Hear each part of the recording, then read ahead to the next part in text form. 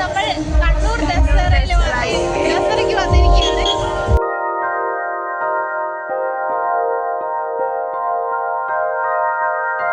Hi everyone, welcome back to my YouTube channel. So ഇന്നത്തെ video തംബ്നെയിലും അതുപോലെ ഇൻട്രോയിലൊക്കെ കണ്ടതുപോലെ കണ്ണൂർ ദസറ അതിൻ്റെ വ്ളോഗാണ്.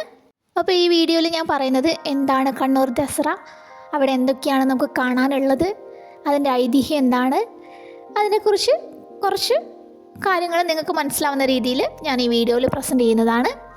അപ്പോൾ once again welcome back to my YouTube channel and my vlog. രാത്രി 7 മണിക്കാണ് ഞാനും അഞ്ജുവും കൂടെ കണ്ണൂർ ദസറയ്ക്ക് പോയത്. ആദ്യം തന്നെ നമുക്ക് ഭക്ഷണം കഴിച്ചിട്ട് സ്റ്റാർട്ട് ചെയ്യാം.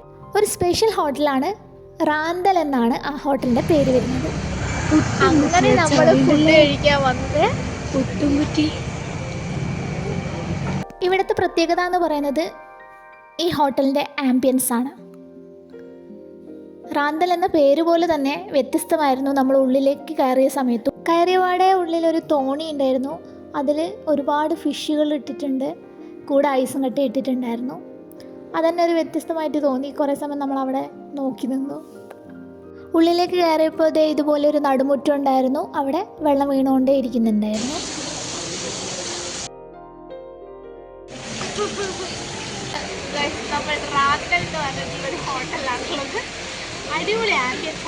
അങ്ങനെ ഫുഡ് വന്നു. എൻ്റെ സ്ഥിരം ഫ്രൈഡ് റൈസാണ് ഓർഡർ ചെയ്തത്. ആംബിയൻസ് പോലെ തന്നെ ഫുഡും നല്ലതായിരുന്നു, ഞങ്ങൾക്ക് ഇഷ്ടപ്പെട്ടു. പിന്നെ ആ വെള്ളം വീണുകൊണ്ടിരിക്കുന്ന സൗണ്ടിലും പിന്നെ അവിടുത്തെ ലൈറ്റിങ്സിലൊക്കെ പ്രത്യേകത ഉണ്ടല്ലോ. സാധാരണ നമ്മളുടെ എല്ലാ ഹോട്ടലും കാണും പോലെ ഒരുപാട് വെളിച്ചമുള്ള ബ്രൈറ്റ്നെസ്സുള്ള ലൈറ്റ്സ് അല്ല, നമുക്ക് കാണുമ്പോൾ തന്നെ മനസ്സിലാവും. അപ്പം നല്ലൊരു ആംബിയൻസ് ആയിരുന്നു, അതുപോലെ ഫുഡും അടിപൊളിയായിരുന്നു. അങ്ങനെ ഞങ്ങൾ ഫുഡൊക്കെ കഴിച്ചു. ഞാൻ ചെറുതായിട്ട് വിഷയത്തിൽ നിന്ന് തെന്നി മാറുന്നുണ്ടല്ലേ. നമ്മളുടെ വിഷയം കണ്ണൂർ ദസറയാണല്ലോ, പക്ഷേ ഈ ഹോട്ടൽ ഇഷ്ടപ്പെട്ടപ്പോൾ അതും കൂടെ ഈ വീഡിയോയിൽ ഉൾപ്പെടുത്താമെന്ന് കരുതി. ഓക്കെ, അപ്പം നമുക്ക് നേരെ കണ്ണൂർ ദസറയുടെ വിശേഷങ്ങളിലേക്ക് വീണ്ടും പോകാം. Let's go. അങ്ങനെ നമ്മൾ മെയിൻ ഗേറ്റിൻ്റെ അവിടെ എത്തി. നോക്കുമ്പോൾ നല്ല ട്രാഫിക് ബ്ലോക്ക് ഉണ്ടായിരുന്നു. വണ്ടിയൊന്നും പാർക്ക് ചെയ്യാൻ അവിടെ അധികം സ്ഥലങ്ങളുണ്ടായിരുന്നില്ല. അതുകൊണ്ട് തന്നെ ഞാനും അഞ്ജുവും ഇറങ്ങാമെന്ന് തീരുമാനിച്ചു. നമ്മൾ വണ്ടിയിൽ നിന്ന് ഇറങ്ങി നടക്കാൻ തുടങ്ങി. ഞാൻ കുറേ സമയമായി കണ്ണൂർ ദസറ എന്ന് പറഞ്ഞുകൊണ്ടിരിക്കുന്നു. അല്ല, ശരിക്കും എന്താണ് കണ്ണൂർ ദസറ? അത് ഞാൻ പറഞ്ഞുതരാം. കണ്ണൂർ ദസറ എന്ന് പറയുന്നത് കേരളത്തിലെ ഏറ്റവും പ്രശസ്തമായ ദസറ ഉത്സവങ്ങളിൽ ഒന്നാണ്. ദസറ സമയത്ത് കണ്ണൂരിലെ ക്ഷേത്രങ്ങളിലും എസ്പെഷ്യലി കണ്ണൂർ കോട്ടപ്പുറം ക്ഷേത്രങ്ങളിലും തളിപ്പറമ്പ് രാജഭവനിലുമൊക്കെ മഹത്തായ ചടങ്ങുകൾ നടക്കുന്നുണ്ട്. കുട്ടികളെ ആദ്യമായിട്ട് അക്ഷരങ്ങളിലേക്ക് പ്രവേശിപ്പിക്കുന്ന വിദ്യാരംഭം ചടങ്ങ് ദസറ ദിനങ്ങളിലാണ് നടക്കുന്നത്. പിന്നെ അത് മാത്രമല്ല, കണ്ണൂരിലെ തെയ്യക്കളി കലാരൂപങ്ങൾ, കൊളുക്കളി, പൂജാവൈഭവങ്ങൾ എന്നിവയും ദസറയുടെ ഒരു ഭാഗമാണ്. രാത്രി മുഴുവൻ പ്രകാശാലങ്കാരങ്ങൾ, വിളക്കുകൾ, പൂമാലകൾ കൊണ്ട് കണ്ണൂർ നഗരം തന്നെ ഒരു ഉത്സവപഥമായി മാറുന്നുണ്ട്. പിന്നെ നാട്ടുകാർക്കും സഞ്ചാരികൾക്കും ഒരുപോലെ ആകർഷണം ഉണ്ടാക്കുന്നത് കണ്ണൂരിൻ്റെ വിളക്കുകളുടെ ഭംഗി തന്നെയാണ്. പൊതുവെ ബംഗാളിലെ ദുർഗാപൂജ പോലെ തന്നെ കണ്ണൂരിലെ ദസറ കലാപരിപാടികളുടെയും മതാചാരങ്ങളുടെയും മഹോത്സവമായി മാറുന്നു. അതുകൊണ്ടാണ് കണ്ണൂരിലെ ദസറയെ വെളിച്ചത്തിൻ്റെ ഉത്സവം എന്ന് പോലും വിളിക്കുന്നത്. ഓക്കെ, ദസറയെക്കുറിച്ച് നിരവധി ഐതിഹ്യങ്ങൾ പ്രചരിക്കുന്നുണ്ട്.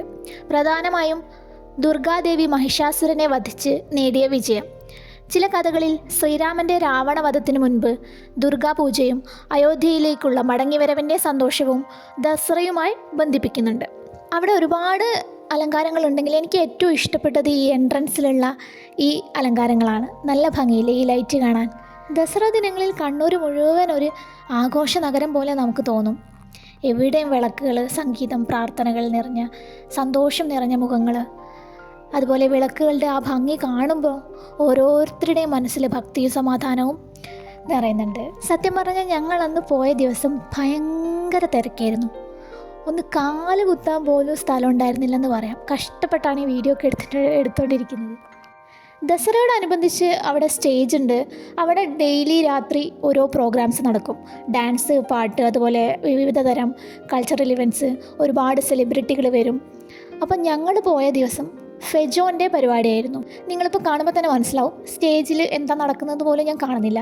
പക്ഷേ നമുക്ക് സൗണ്ട് കേൾക്കാം, പാട്ട് കേൾക്കാം. ഇത്രയും ജനങ്ങളുണ്ട് അവിടെ. LED വാളുണ്ട്, 2-3 LED വാളുണ്ട്. പക്ഷേ അതുപോലും നമുക്ക് കാണാൻ പറ്റുന്നുണ്ടായിരുന്നില്ല. പക്ഷേ പാട്ട് കേട്ട് കഴിഞ്ഞാൽ നമുക്ക് വേണമെങ്കിൽ തുള്ളുകയൊക്കെ ചെയ്യാം. പക്ഷേ എന്നാലും നമുക്ക് അവരെ പ്രോഗ്രാം കൃത്യമായിട്ട് കാണാൻ പറ്റുന്നുണ്ടായിരുന്നില്ല. അപ്പോൾ അത്രയും തിരക്കായിരുന്നു ഞങ്ങൾ പോയ ദിവസം. എല്ലാ ദിവസവും ഇത്ര തിരക്കുണ്ടാവില്ല. കഴിഞ്ഞ തവണ ഞാൻ പോയപ്പോൾ ഇത്ര തിരക്കുണ്ടായിരുന്നില്ല. അത് ഓരോ പ്രോഗ്രാമിനെ ഡിപ്പെൻഡ് ചെയ്തിരിക്കും. ഇപ്പോൾ ഫെജോ കുറച്ചും കൂടി യൂട്യൂബിലൊക്കെ വൈറലായിട്ടുള്ള ആളാണ്. മറ്റേ കൂടത്തുള്ളു ആ സോങ്ങൊക്കെ ചെയ്ത ആളാണ്. അതുകൊണ്ട് തന്നെ ഒരുപാട് ന്യൂ ജനറേഷൻ പിള്ളേർ ഒക്കെ ഉണ്ടായിരുന്നു. അതുകൊണ്ട് തന്നെ നല്ല തിരക്കായിരുന്നു. അതിൻ്റെ ഒരു വിഷമമുണ്ട്, കാരണം പ്രോഗ്രാം വരെയും കാണാൻ പറ്റിയില്ല. എന്നാലും കേട്ട് ആസ്വദിക്കാൻ പറ്റി. സ്റ്റേജിൻ്റെ മുന്നിലുള്ള ചെറിയ കോളേജ് പിള്ളേരൊക്കെ ഭയങ്കര ഡാൻസ് ആയിരുന്നു. അത് അവർക്ക് പ്രോഗ്രാം ചെയ്യാൻ കുറച്ച് ബുദ്ധിമുട്ടുണ്ടാക്കി. അതുകൊണ്ട് കുറച്ച് സമയം പ്രോഗ്രാം അവിടെ നിർത്തിവെച്ച് അവർ കുറച്ച് ബാക്കോട്ടേക്ക് നീങ്ങാൻ വേണ്ടി പറയായിരുന്നു. തീർച്ചയായും സഹകരിക്കുക. നമ്മുടെ സൗണ്ട് സംവിധാനങ്ങൾ, അതിൻ്റെ മെഷീനറീസ് സംവിധാനങ്ങൾ, അത് തകരാതെ നോക്കേണ്ട ഉത്തരവാദിത്വം നിങ്ങൾക്ക് തന്നെയാണ്. പ്ലീസ് സഹകരിക്കുക. അങ്ങനെ പ്രോഗ്രാം നല്ല രീതിയിൽ കാണാൻ പറ്റാത്തതുകൊണ്ടും പിന്നെ ഭയങ്കര തിരക്കായതുകൊണ്ടും ഞങ്ങൾ തിരിച്ചു പോരാമെന്ന് തീരുമാനിച്ചു. അപ്പോഴേക്കും സമയം 10 മണി കഴിഞ്ഞിട്ടുണ്ടായിരുന്നു.